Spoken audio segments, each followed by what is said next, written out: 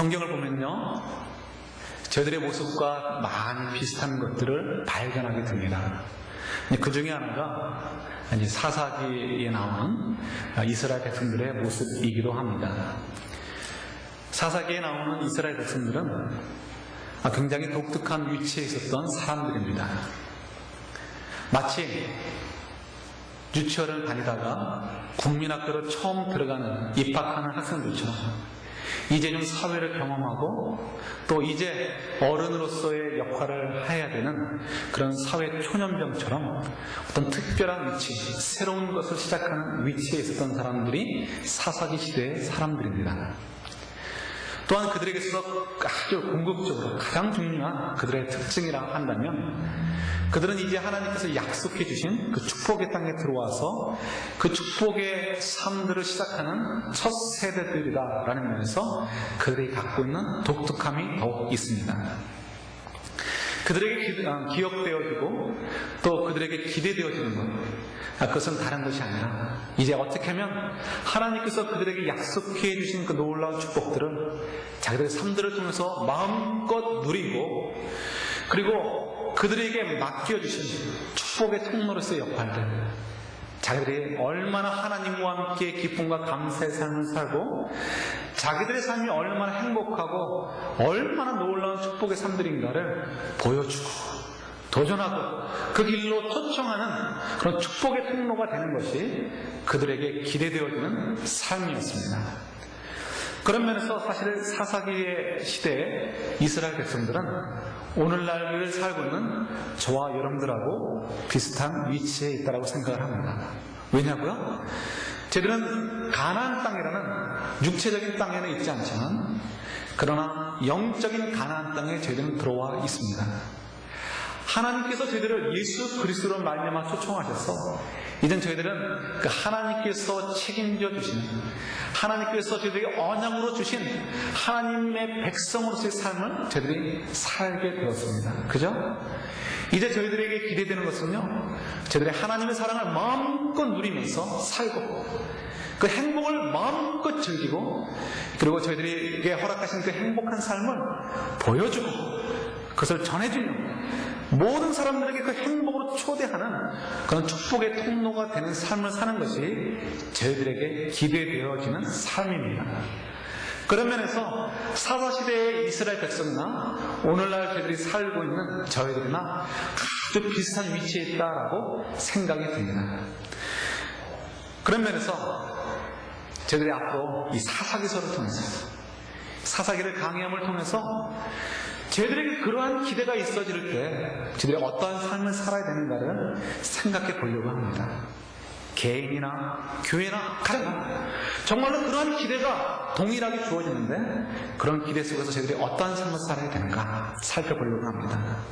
사실 어떤 면에서 사사기서는 마치 플루타크의 그 영웅전처럼 그냥 영웅들이 때가 되면 튀어나와서 민족을 구하고 국가를 구하고 그 다음에 족속들을 구하는 그런 이야기들처럼 느껴지게 됩니다.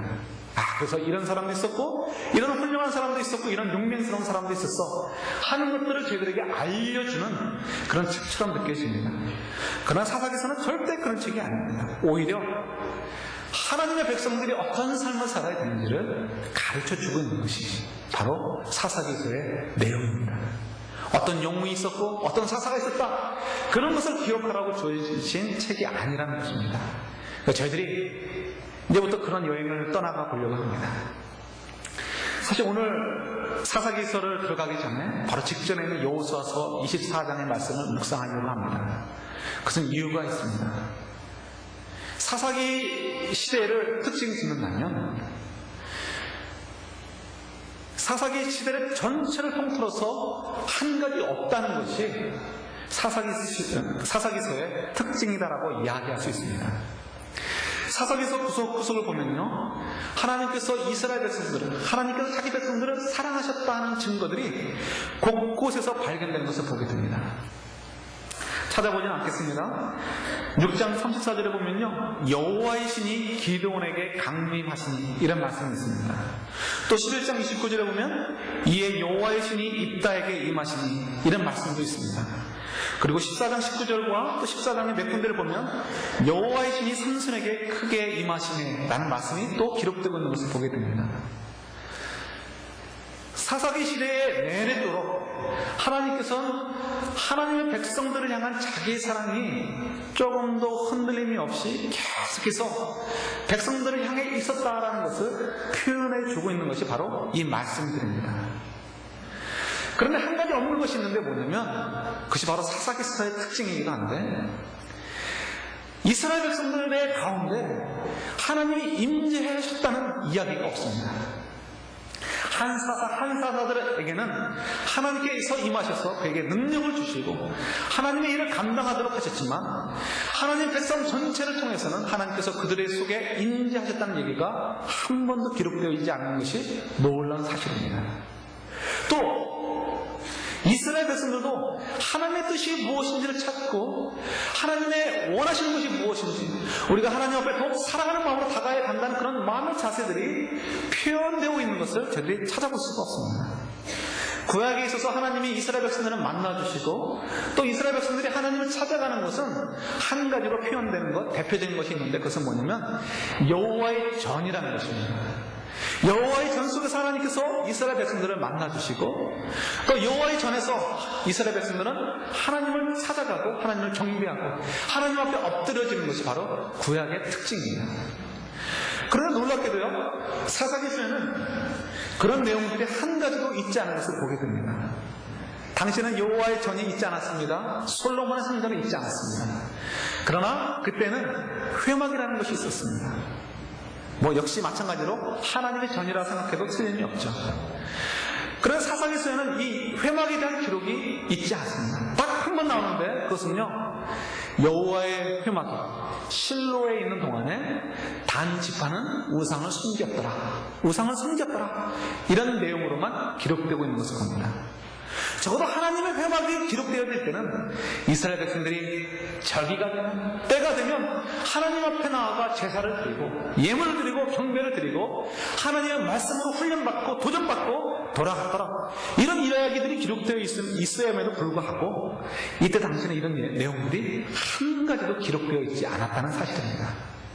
이것이 바로 사사기서 내내 동안 왜 그토록 그들이 그렇게 어려운 생활에서 벗어나지 못하고 왜 그토록 그들이 영적인 어둠에서 벗어나지 못했는가를 알려주는 단적인 얘기도 합니다.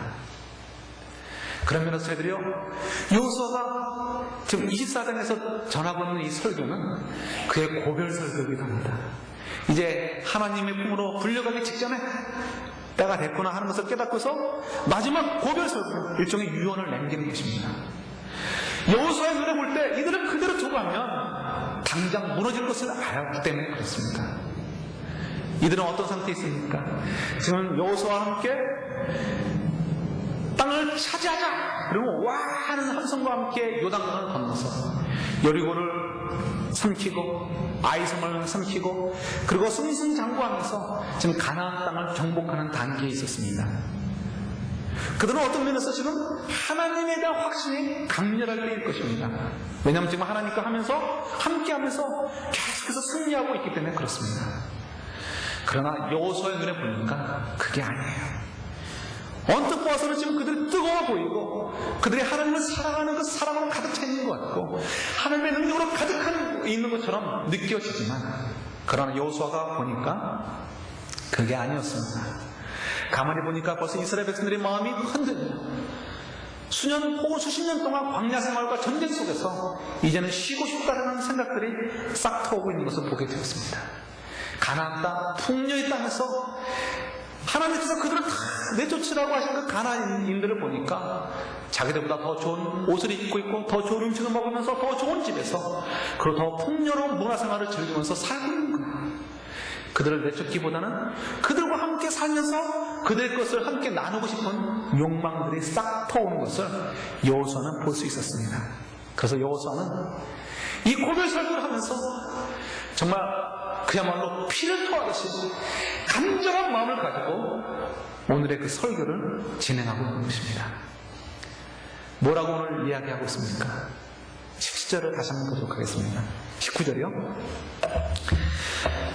제가 먼저 있습니다. 여호수아가 백성에게 이르되, 그들이 식구들 앞에서 보면요, 여호와가 얘기합니다. 나와 내 가정은 끊임없이 여호와 하나님을 섬기겠다. 그랬더니 이스라엘 백성들도 전부 다 우리도 여호와 하나님을 섬기겠습니다 라고 이렇게 화답하는 과정에, 그 화답이 있은 후에 식구들에서 여호수아가 백성에게 얘기합니다. 뭐라고요? 같이 있습니다. 오늘 설교의 제목입니다. 너희가 여호와를 능히 섬기지 못할 것이다. 지금 이스라엘 백성들은 뜨거워서 마치 부흥회라면서 아멘 아멘 대답하면서 우리가 하나님을 향하여 헌신하겠습니다, 열심을 내겠습니다 라고 대답하고 있는데, 그렇게 인도해놓고는 갑자기 찬물을 끼얹듯이, 그런데 여러분들은 아멘 했지만 여러분들은 하나님을 섬길 수가 없습니다 이렇게 얘기한다면 얼마나 황당스러운 일이겠습니까? 그죠? 그런데 지금 바로 그 일을 여호수아가 자기들 백성들 앞에서 지금 하고 있는 것을 보게 됩니다. 왜 그랬을까요? 이유를 얘기합니다. 왜냐하면 너희들이 왜 여호와 하나님을 섬길 수 없냐 하면, 너희들이 섬기려고 하는 그 여호와 하나님은 거룩하신 분이고 질투하시는 분이기 때문에 그렇다라고 말씀을 하고 있는 것을 보게 됩니다. 저희들이 이 말씀을 읽을 때마다 좀 거북함을 느끼지 않으십니까? 하나님이 조금 이제 하나님께 표현하기 어려운 얘기지만 저희들끼리 좀 이해하기 쉽게 하기 위해서 좀 쫀쫀하신 분처럼 그렇게 얘기가 많으신가? 내가 너희들을 사랑하니까 너희들 나를 사랑해라. 그럼 저희들도 하나님 사랑하겠습니다 하면 통 크게 딱 받아주시면 되지. 그 뒤에 또 톤을 다르셔가지고 나는 거룩하고 질투하는 자들이니까 너희들은 나를 섬길 수 없어 이렇게 말씀하실까? 좀 제 마음속에 좀 솔직한 얘기로 거북함이 있었어요. 하나님이 거룩하시다는 것과 저희들이 하나님을 섬기는 것과 무슨 연관성이 있는가? 우리가 하나님을 거룩한 것을 아니까 저희들이 예배 드리지. 또 하나님이 질투하시는 분이라는, 이거 참 그러네, 설명이 안 되죠. 그렇지 않습니까? 질투, 저희들이 굉장히 부정적인 생각을 들잖아요. 특히 한국 분들, 이게 어디에 들어가죠? 칠거지약에 들어가잖아요. 여자를 내쫓을 수 있는 7가지 이유 중에 하나가 들어가지 않습니까? 그만큼 별 볼 일 없는 단어가 질투입니다. 그것도 하나님께서 아주 속삭이듯이 가로치고 나는 질투하는 하나님이야 이렇게 슬쩍 얘기하시는 것이 아니고 공공연하게 나는 질투하는 하나님이니까 너희들 나를 섬길 수 없을 거야 이렇게 얘기하는 것이 참 거북하게 느껴지지 않으세요? 어떻게 생각하면 저희도 이렇게 느껴질지도 모르겠어요. 야, 하나님, 저희들 속으로 생각하는 것입니다. 그래도 저희들이 하나님을 믿는다라고 따랐으면 하나님 고마워하셔야죠. 하나님의 백성들이 예수님의 제자가 한 명 더 느는 것인데 고마워하셔야죠. 거기다 제가 11조도 드릴 거고 헌금도 할 것이고 봉사도 할 것이고 때로는 성교도 나갈 텐데 하나님 이 정도면 정말 하나님이 좀 탐복하시고 장하다 라고 격려해 주시고 칭찬해 주셔야지 제가 이렇게 헌신하려고 하는데 찬물을 끼얹으십니까? 이런 생각은 좀 들지 않았어요? 내가 이 정도 하면 되는 거지 하나님 거기다가 토를 다십니까? 요즘 젊은이들 얘기대로 좀 쿨하지 않으시게 좀 쿨하셔야죠. 이런 마음이 안 났어요? 그러나 하나님께서는 조금도 주저하지 않으시고 나는 거룩한 하나님이고 질투하는 하나님이니까 너희들 알아서 해라라고 강력하게 얘기하시는 것을 보게 됩니다. 왜요? 내가 힘이 있으니까? 아니요. 그런 것과 절대 아닙니다. 하나님께서 내가 질투하는 하나님이다라고 얘기하실 때는 그만큼 긴박한 얘기가 있고 절박한 이야기가 숨겨져 있기 때문에 그렇습니다. 성경에서 얘기하는 질투라는 것은 사실은 부정적인 의미의 질투가 아닙니다. 그건 굉장히 긍정적인 의미의 질투입니다. 우리 성경을 한 군데 찾아보겠습니다. 고린도후서 11장 2절입니다. 제가 가진 성경은 신약 성경 296페이지에 있습니다. 어떤 분은 297페이지에 있을 것 같아요. 고린도후서 1장 2절입니다. 여러분이 안 찾도록 준비할 수도 있는데 그렇지 않으면 여러분들께서 성경을 잘 찾아보실 기회가 없잖아요. 그죠? 그래서 좀 주일날이라도 열심히 좀 찾아보겠습니다. 고린도후서 11장 2절 한 절을 같이 저희들이 읽도록 하겠습니다. 같이 읽겠습니다. 내가 하나님의 열심으로 너희를 위하여 열심 내노니 내가 너희를 정결한 처녀로 한 남편인 그리스도께 드리려고 중매함이로다. 아멘. 지금 여기서 내가 하나님의 열심으로 할 때 그 열심이라는 것은 영어 성경에는 jealous라고 사용되고 있습니다. 그러니까 한국말로 구리받는 질투죠. 내가 하나님의 질투하심으로 너희를 위하여 질투하노니.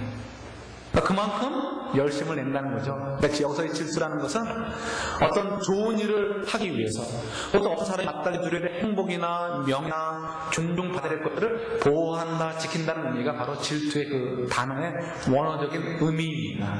그러니까 저희들이 흔히 얘기하는 투기하는 마음, 그런 질투가 아니고 어떤 그 본래의 의미, 본래의 의도, 그것을 지키고 보호하려는 태도를 갖다가 질투라는 단어가 사용되어서 표현하는 원래의 의미입니다. 그러니까 지금 여기서 얘기하는 것과 또 구약에서 얘기하는 질투하시는 하나님이다 할 때는 하나님께서 본래의 의도, 하나님이라는 그 본래 그 하나님의 것을 그대로 지키고 싶어 하신다는 것을 강렬하게 표현하기 위해서 이 질투라는 말을 사용하고 있다는 사실입니다. 이야기는 굉장히 중요합니다. 왜냐고요?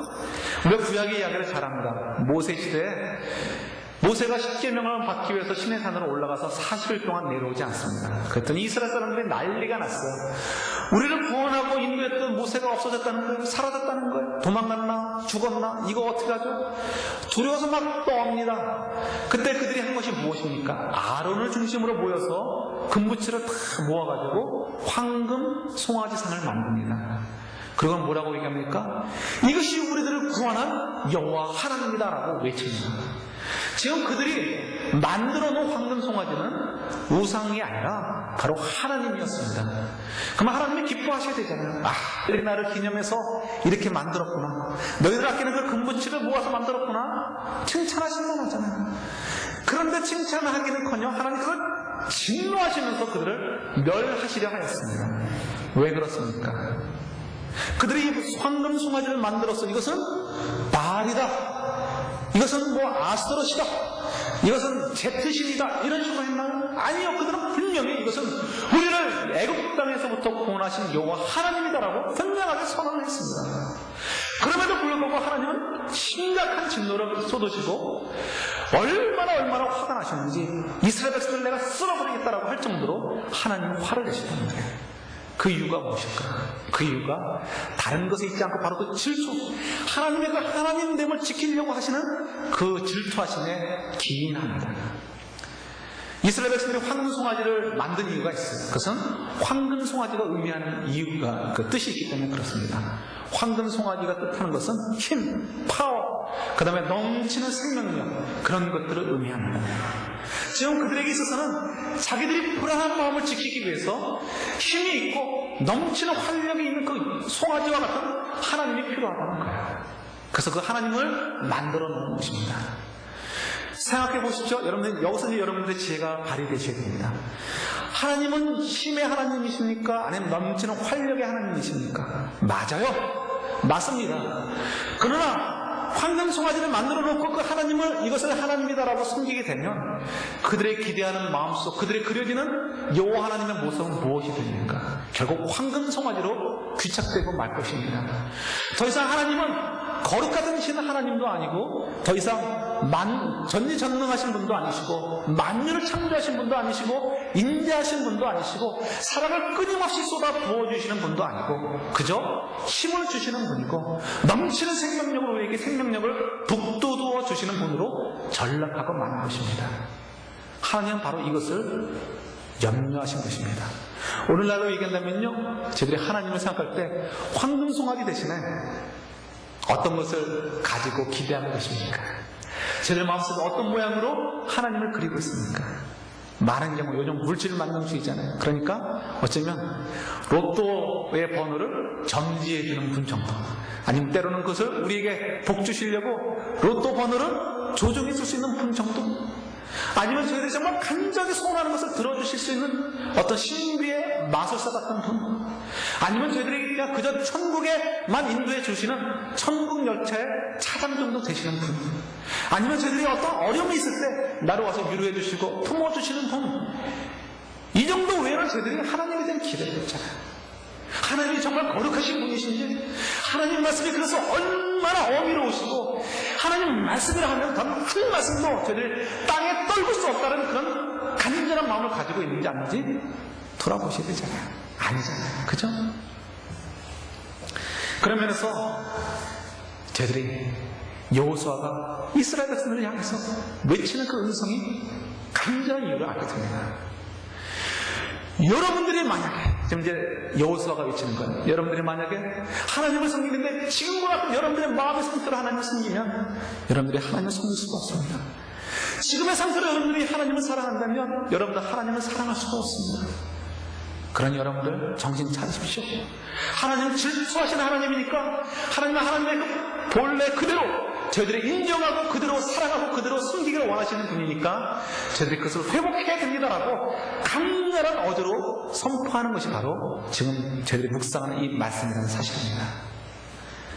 이 말씀이요, 사사기를 들어가는 저희들에게 있어서 이 아침에 저희들의 강렬한 메시지로 다가옵니다. 왜냐하면 저희들도 사사시대에 살던 이스라엘과 동일한 인생을 지금 살고 있기 때문에 그렇습니다. 저희들도 모르게 저희들 마음속에 여러 가지 형상으로 하나님을 그려놓았어요. 그리고 그 형상대로 하나님이 맞춰지기를 원하고 그 형상을 가지고 서로 싸우고 그 형상이 진짜 하나님이다라고 외치고 있는 저희들의 어리석은 모습이 있기 때문에 그렇습니다. 제가 2주 전에 깜짝 놀랄 만한 일이 있었습니다. 저도 모르게 엉터리로 하나님을 이해했구나 하는 부분을 발견하게 되었습니다. 제가 믿음은 능력을 행한다든가 뭐 방언이나 기적을 행하거나 병 고치거나 하는 것, 그런 능력, 또 아니면 열심, 열정, 봉사, 뭐 기도하는 시간, 이런 것들은 아니고, 믿음은 이런 것들은 아니고 하나님과의 관계가 릴레이션십이다라고 여러분들에게 설명을 드렸습니다. 그렇게 또 설교를 했습니다. 네, 제가 그것까지는 좀 잘한 것 같아요. 그런데 제가 너무나 중요한 실수를 했다는 것을 알게 되었습니다.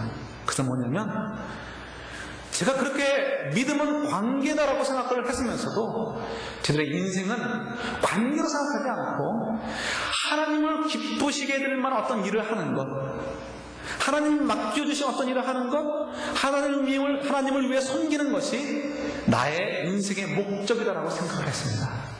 그래서 목사니까 교회를 섬기고 성도님들을 섬기고 선교를 하고 영혼들을 구하고 영혼들을 하나님 말씀으로 가르치고 양육하고 하는 것들이 제 인생의 목적이고, 또 한 가정의 가장으로서 좋은 남편, 좋은 아버지, 또 좋은 자식의 노릇을 하는 것이 저의 인생의 목적이다라고 생각을 했습니다.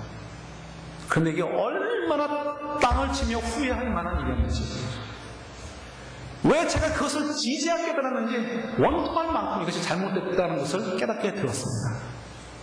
왜냐고요? 말씀을 묵상해 보니까 하나님의 관심은 저희들에게 그런 것들을 기대하지 않는다는 사실이었습니다. 하나님의 관심, 하나님의 기대는 그것이 아니고 저희들의 인생을 통틀어서 저희들에게 원하시는 것은 하나님을 사랑하는 것과 이웃을 사랑하는 것과 성도를 사랑하는 것이 하나님의 기대이시고 마땅히 그것이 저희들의 인생의 목적이구나 하는 것을 그때 깨달았습니다. 여러분, 이 마음에 와닿으십니까? 아니, 무슨 소리예요?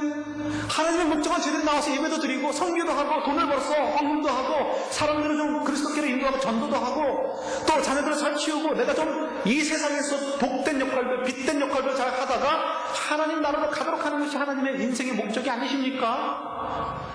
아니라는 거예요. 하나님 목적은 그것이 절대 아니라는 사실을 알으셔야 됩니다. 왜냐고요? 예, 맞아요. 저희들이 예배 드리는 거, 저희들이 이 땅에서 사는 동안 하여야 됩니다. 전도도 해야 됩니다. 열심히 일도 하셔야 됩니다. 하나님의 능력을 나타내는 삶도 살으셔야 됩니다. 그러나 이 모든 것들은 하나님을 사랑하기 때문에 나와야 되는 것이지 예배 드리기 위해서 우리들이 이 땅에 태어난 것이 아니라는 사실을 기억하십시오. 저희들은 하나님을 사랑하도록 하기 위해서 이 땅에 태어나셔서 그 사랑을 알도록 하기 위해서 저희들이 80평생, 90평생, 100평생의 인생을 사신다는 사실을 알으셔야 됩니다. 하나님을 사랑하기 때문에 예배를 드리는 것이지 또 하나님의 사랑을 깨닫기 위해서 더 말씀을 알아가고 예배를 드리는 것이지 예배를 드리기 위해서 저희들이 이 땅에 태어나지 않으셨다는 거예요. 저희들이 전도하기 위해서 이 땅에 태어나셨다고요? 아니요. 선교하기 위해서 이 땅에 태어나셨다고요? 아니요. 하나님을 사랑하고 이웃을 사랑하니까 전도하게 되는 거예요. 선교하게 되는 거예요. 성도를 사랑하니까 봉사하고 섬기게 되는 것입니다. 그래서 저희들이 하나님이 저희들의 인생을 향해서 궁극적으로 관심을 가지고 계시는 것은 사랑이구나. 사랑이구나. 제가 앞으로 목회의 방향도 크게 바뀔 것 같아요. 사랑이구나. 선교도 중요하고 예배도 뜨겁게 되는 것도 중요하고 또 봉사도 중요하고 서로 격려하는 것도 중요하지만 사랑이 없이는 아무것도 아니구나. 이게 다 사랑의 열매들이구나 하는 것을 깨닫게 되었습니다. 여러분, 저희들의 인생의 목표는 바로 그거예요. 인생의 목적은 하나님을 알아가며 하나님을 사랑하는 것이고, 그리고 그 안에서 이웃을 사랑하고 성도들을 사랑하는 것이 저희들의 인생의 목적입니다. 사랑은 이만큼 무겁습니다. 그러나 저희들이 이 사랑 앞에 엎드려집니까? 아니요. 그렇지 못해요. 왜냐고요? 저희들이 하나님을 사랑하지 않으니까. 하나님을 부분적으로만 사랑하지 온전히 사랑하지 않으니까. 그래서 저희들은 하나님 말씀도 내가 원하는 것만 캡처하고 아닌 것은 무시해버리려고 합니다. 하나님 요구하시는 음성 내가 조언 받고 아니면 귀를 닫아버리고 얼굴을 돌려버립니다. 이웃을 사랑하는 마음? 아니에요. 그는 먼 이웃나라의 이야기가 되어버렸습니다. 성도들을 사랑하는 마음? 그것도요, 쟤들 아주 좋을 때, 기분 좋을 때 조금, 쟤들끼리 좋을 때 조금, 서로 주고받는 게 있을 때 조금, 정말 사랑한다는 건 사라진 게 오래인 것 같습니다. 부분적으로 조금씩만 있지. 서로에게 유익이 되고 서로에게 이익이 되니까 사랑이라는 표현으로 주고받는 것이지, 진정한 사랑은 참 많이 잃어버리는 것 같아요. 다른 것에 이유 찾을 거 없습니다. 바로 그 사랑, 하나님에 대한 사랑이 사라졌기 때문에 그래요. 그래서 여호수아 이야기가 저희들이 이 아침에 너무나 강력하게 저희들의 마음을 찔릅니다. 저희들에게 말씀하십니다. 저나 여러분들이 하나님을 섬긴다고? 아니요. 웃으십니다. 너희들은 하나님을 섬길 수 없다. 저나 여러분들 하나님을 섬길 수 없다는 음성이 이 아침에 들려지는 것 같아요. 그럼 어떻게 하면 되겠습니까? 다른 게 없어요. 하나님께 질투하시며 만족해드리는 그런 사랑을 하나님께 드리는 것 외에는 다른 방법이 없습니다. 저희들이 하나님을 향한 그 뜨거운 열정을 회복하면, 모든 것을 태워버리는 만한 그 사랑을 저희들이 회복한다면 나머지 것들은 다 해결되기 때문에, 그죠? 그러나 하나님에 대한 사랑을 해결하지 못하면 이웃사랑도 물 건너간 얘기고 성도는 사랑도 물 건너간 이야기입니다. 그러면서 저희들이 이 아침에 저희들이 하나님 향해서 달려가고 있는 걸 막고 있는 것들을 다 지워버리고 정말 하나님을 향해서만 천국을 살겠다는 고백들이 터져나오는 아침 되시길 소원합니다. 저희들 들어보십시오. 무엇이 저희들이 하나님을 향해서 가는 것을 그 발걸음을 막고 있습니까? 어떤 면에서는 진짜 우상일 수도 있어요. 믿는 사람들도 때로는 전보로도 가잖아요. 그죠? 사주팔자도 보고 이런 것들이 우상, 이런 그런 우상이 될 수도 있을 거예요. 또 요즘은 기가 안 좋을 때니까 조심하자 이런 것도 그럴 수 있을 것이고, 또 뭐가 있겠습니까? 쟤들 특별히 요즘 많이 하는 거, 타협하는 거, 대강 철저히 하려는 거. 하나님 60점이면 만족하시죠? 그래도 저 사람보다 낫지 않습니까? 제가 저 인간보다 낫지 않습니까? 이 정도면 뭐 괜찮은 거죠. 하나님 이 정도에서 우리 만족합시다. 이런 식으로 타협하려고 하는 그 신앙. 100%를 들려고 하지 않고 한 70점, 80점 스스로 생각할 때 이 정도면 되지 않았습니까? 라고 적당히 타협하려고 하는 거예요. 또 동서고금을 통틀어서 늘 가장 강력한 우상이 되는 것, 자기 중심, 자기 본능의 신앙생활, 내 우선의 신앙생활, 나를 사랑하는 그 신앙생활, 내가 가장 주인이 되려고 하는 그 신앙생활, 이런 것들이 참된 우상이 될 수 있겠죠.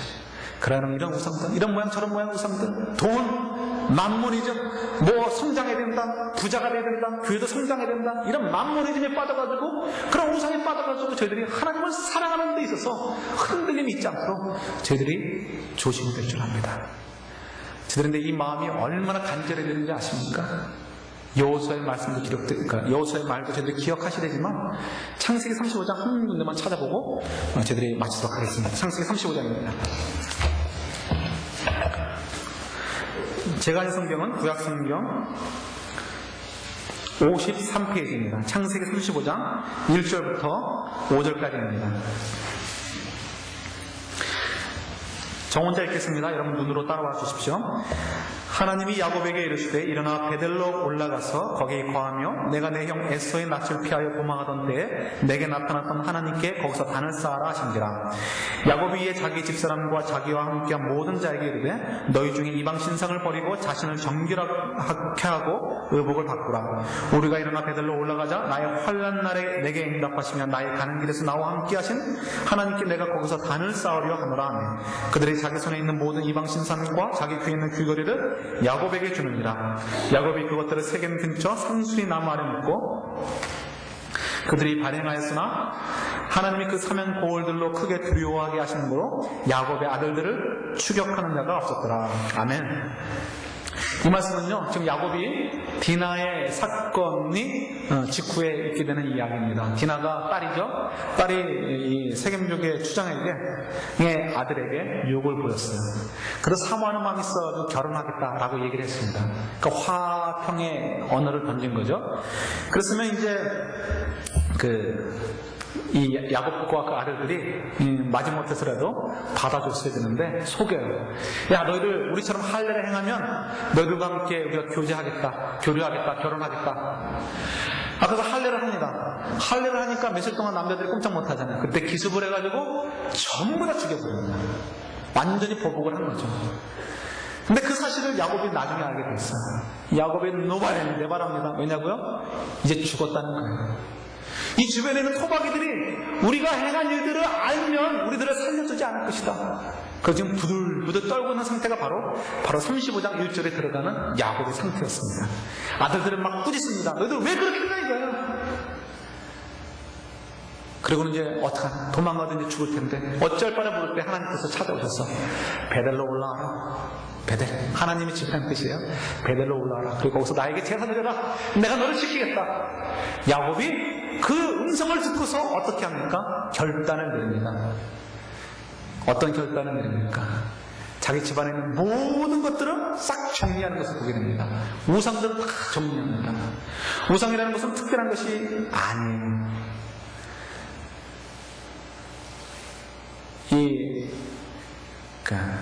야곱의 아내 라헬이 아버지 집에서 나오게 될 때 요만한 것 하나를 훔쳐갖고 오죠. 뭐죠? 드라곤. 예. 왜냐하면 그것은요, 한 가정에 보통 하나씩 있으면서 신을 섬기는 신의 표상이었습니다. 근데 이것은요, 단지 신의 표상만이 아니고 굉장히 중요한 현실적인 키가 있는, 파워가 있는 거였습니다. 뭐냐면 재산을 나중에 상속받을 때 그 신상을 가지고 있으면 재산 상속의 우선권을 가질 수가 있었습니다. 그러니까 굉장한 거예요. 라헬이 굉장히 야곱하고 풍짝이 맞는 부부였던 것 같아요. 야곱도 그냥 욕심이라면 그냥 눈이 뻘건 사람인데 라헬도 그랬던 것 같아요. 그래서 자기 치마 밑에 숨겨갖고 도망을 나왔던 사람이 라헬이잖아요. 근데 그런 것조차도 전부 다 버리는 거예요. 여태껏 목숨을 걸고 훔쳐나왔던 것, 그리고 감춰뒀던 것을 이제 다 버리는 거, 포기하는 거예요. 이제 내가 먹고 사는 문제랑 또 내가 어떤 삶의 모든 부분에 있어서 더 이상 다른 것에 곁다리를 같이 벌려서 섬기는 것이 아니고 의지하고 의존하는 것이 아니라 이제 전적으로 하나님만 믿고 의지하겠다는 거예요. 하나님께만 맡기겠다는 것입니다. 왜냐하면 급하잖아요. 이제 주변에 소문이 나면 다 칼을 들고 자기들 죽이러 올 텐데 이제 야곱의 입장에서 급하잖아요. 너무 급하니까 지금 이제는 뭐 다른 게 볼 게 없어요.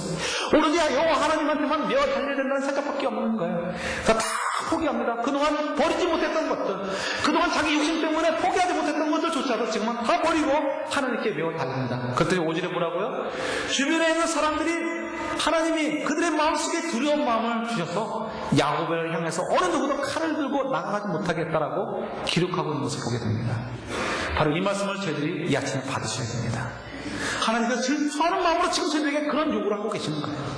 저희들이 아직도 버리지 못하고 간직하고 치마 밑에 숨기고 있는 그런 우상거리예요. 그 우상이 무엇이든 간에 그것을 이제 버리라는 것입니다.